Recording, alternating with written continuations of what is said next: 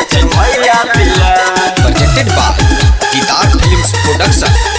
Music by Mohan Yadav. छठी मैया पिया। बोलो बोलो छठी मैया की छठी मैया पिया। हम करब से छठ के पूजाई, संयम मार्केट से नारियल ले आए, संयम मार्केट से नारियल ले आए। हम करब से छठ के पूजाई, संयम मार्केट से नारियल ले आए। राखू सब ई ध्यान लाइव खुशी के सामान और ले ले आइब ढकना दिया। संगे संगे चलल जाई घाट पिया, भर दी है गोदी छठी मैया पिया। संगे संगे चलल जाई घाट पिया, भर दी है गोदी छठी मैया पिया। छठी मैया पिया, छठी मैया पिया। बोलो बोलो छठी मैया की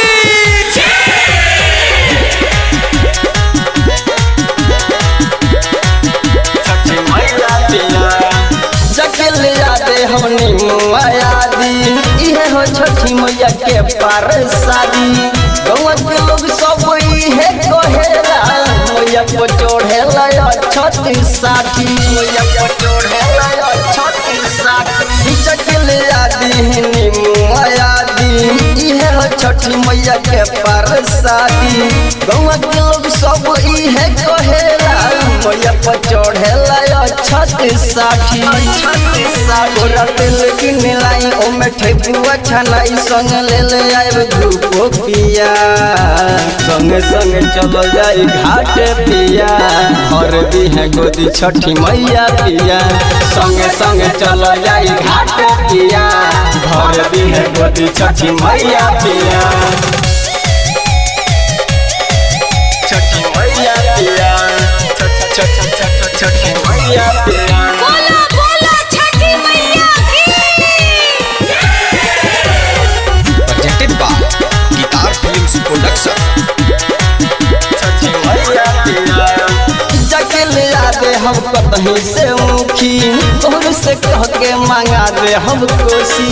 हो जइए खुश हमने पर छठी माई, जगमग दिया से कोसी भराई, जगमग दिया से कोसी भराई। जकल यादे हम कतहीं से मुखी, तोहर से कह के मांगा ले हम कोसी। हो जइए खुश हमने पर छठी माई, जगमग दिया से कोसी भराई, कोसी भराई। हम चले संगे संगे कपड़ा रही एक रंग, पियर कुर्ता पियर साड़िया। संगे संगे चलल जाई घाट पिया, भर दी है गोदी छठी मैया पिया। संगे संगे चलल जाई घाट पिया, भर दी है गोदी छठी मैया पिया। हम करब से छठ के पूजाई, संयम मार्केट से नारियल ले आई। राखू सब ई ध्यान लाइव खुशी के सामान और ले ले आइब ढकना दिया। संगे संगे चलल जाई घाट पिया, भर दी है गोदी छठी मैया पिया। संगे संगे चलल जाई घाट पिया, भर दी है गोदी छठी मैया पिया।